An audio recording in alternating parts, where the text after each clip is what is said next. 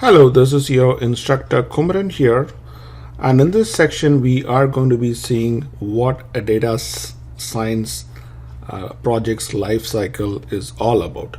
So we're going to talk about data science projects, what its activities are, and how they are sequenced. So let's start with some introductory notes.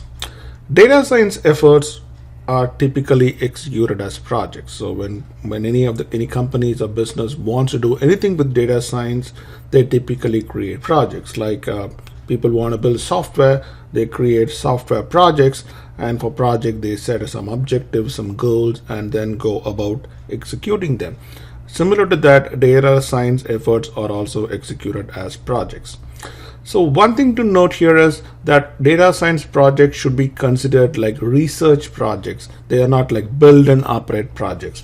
They do not have things really set in stone that you can just go and execute and get away from it. These are research projects. There are a lot of thinking involved. There is a lot of rework involved until you achieve the objective. So they should be considered as research projects, not like software build and operate kind of projects. The projects have typically start and end date like any other projects they do, and the projects do have phases and activities. And transition happens between phases and activities, and data science projects involve a lot of back and forth between the phases.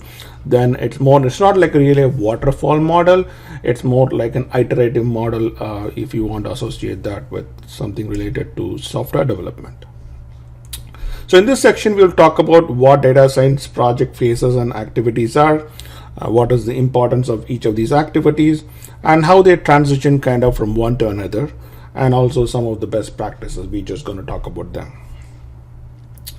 So here is an overview of the data science projects and activities you'll see here. There are like 4 broad categories or stages in a data science project. There is the setup phase, there is the data engineering phase, the analytics phase, and the production phase. In the setup phase, you're just prepping up the team to what they have to do. The data engineering phase is all about getting data and cleaning up data and working with data to get to a shape where you can do the third stage, which is the analytics stage. So analytics is all about exploring the data and getting some meaningful information out of it. So it's all about learning and predicting. And once you do the analytics phase and come up with some set of recommendations, you then go to the production stage where you actually build out some data products that then do everything you just did in an automated fashion and in a repeatable fashion and keeps producing you outcomes that you desire. Moving on to the first activity phase, which is the setup phase. The first thing you want to do in any data science project is what you call the goal setting for the data science project. Every data science project will and should have a goal. If anybody wants to do a data science project which is like, okay, let us look at this data and see what you can get out of that project is doomed for failure. A data science project should have a specific goal for the team to go after. So the team's effort will all be focused on achieving this goal, and the activities will also be based on what you want to achieve. So remember this, that projects without goals are drivers or cars without a driver. So if somebody is going to come and tell you that, okay, we're going to do a data science project, just look at the data and see what we can come up with, that project is going nowhere. So that has been the experience of many people who try to do data science projects. Some of the examples of goal setting are like this, predict which customers will churn in the next 3 months. That is a goal. Group the tweets that we are getting about our company and then group them based on the sentiment of the tweets. Or identify patients who have a possibility of getting a heart attack in the next 3 months. So you're going to predict the customer's churn, you're going to predict the sentiment of the tweets, or you're going to predict patients who are going to have heart attacks. The goals can be anything like this, but the most important thing is to have a well-defined goal before you start on your project. The second very important thing that you want to focus on is understanding the problem domain. Unlike software projects, even in software projects, I would say that understanding the business domain is a good thing. In the case of a data science project, it is necessary for all the team members to have some basic understanding of what the business problem domain is all about. So when we say we're talking about a problem domain, we are talking about the business basics, like you're in the finance field or the CRM field or the medical field. Understand some basics about the business. What is that business all about? How does that business make money? What are the business processes involved, and what are the workflows, and some of the key performance metrics in the business. And that is why even in a larger data science teams, there is always somebody called as a domain expert. A domain expert is a very critical. Domain expertise is a critical part of a data science team.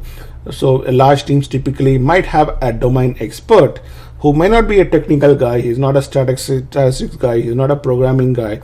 He's just somebody who knows the business. You keep him in the team in order to help you with understanding the problem domain. So machines know, this is an important thing. Machines only know about numbers and strings. They only do garbage in, garbage out. They need humans to associate any meaning to these numbers and strings. So machines don't understand business. Human beings understand business. And in data science, it is important for you to understand and validate anything that the data is going to come up with. And that can only be done by humans. And for the humans to do that, they need understanding of the problem domain.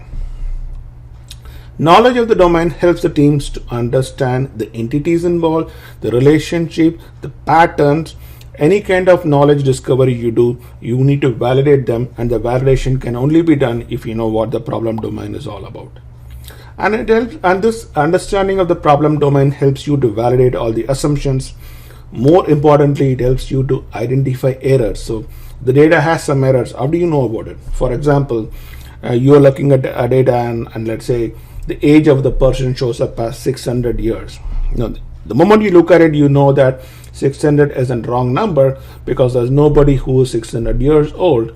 But you can only do that because you know the domain. Age is a very commonly used term, so everybody understands what age is about. But what about something like cholesterol level? How do you know what is a valid cholesterol level, what is not a valid cholesterol level? If somebody has an LDL of 1000, is it possible? Is it a normal number? Is it a high number? Is it an invalid number? You can only tell if you know the domain, and that's why domain expertise is required for you. After understanding the domain, the next phase is understanding the data associated with the data. We have seen enough about data in some of the other sections, so here back to it. Business processes and workflows generate data, a lot of data, some captured, some not captured. But wherever the data is captured, there are multiple things like the application data entries that you do in various entry applications. There are reports, there are visualizations, there is automated data coming from sensor data feeds. There are web clicks that you get in a browser. Every click is also another data feed. There are point of sale transactions that have been recorded, and there are social media data feeds also. So all of these are business data that has been generated through multiple sources. They have been stored in multiple systems. Some are on the corporate network, some are on the web. So there is data everywhere which you might want to use. Data, of course, can be structured, unstructured, or semi-structured. This again, we have seen this before. And data have different origins. They are stored in different silos, and they might have a lot of logical relationships. Relationships, of course, are the key to any kind of data management. Understanding data. Understanding what data you have is a very important thing for a data scientist. What is that you want to understand about the data? You want to understand the source of the data. How reliable is the data? Is it machine generated, or is it entered by the human beings? Is there a possibility of somebody manipulating the data entry or putting in wrong data and getting away from it? Because how good the data that you're going to use for your analysis is what is going to determine how good your predictions are going to be. So data has to be valid. You have to make sure that the data is not manipulated by somebody for some other reasons. You need to understand what kind of processing and transformation steps are performed on the data. More importantly, has some data that has been discarded by somebody during the processing because they thought it is not important. Is there some duplicate data making its way into the processing? Are you losing some data because you're doing some summarization or not? All those things you need to understand about the data. How the data is stored. Are they stored in enterprise databases, clouds, news feeds? How the data is synchronized between these different sources of data. When somebody enters data in place A, the data might also be going in place B. So how are they really synchronized between each other? What are the relationships that exist within the data? Let's say what are kind of things like the foreign key relationship between the data, the ID here should match the ID there, and stuff like that. Ordering of creation. When you say ordering, use like the first ordering is something like, okay, the agent first goes and enters something in system A, then he goes and creates a record in system B, then he does something in system C. This is where the understanding of your business process helps you to understand how the data is being created, in what order it is being created also. And understanding data helps the team to identify possible sources of your predictive patterns. Where are you getting these patterns from? We have to always validate whenever you see a pattern, whether that is valid or not. So it is important for you to understand how the data is coming from and how it is created to understand your patterns themselves. Sometimes the patterns might be created because of the way the data is also being created. So things that are real complex at this point to explain, but an understanding of the data in general is a good thing to have for a data scientist.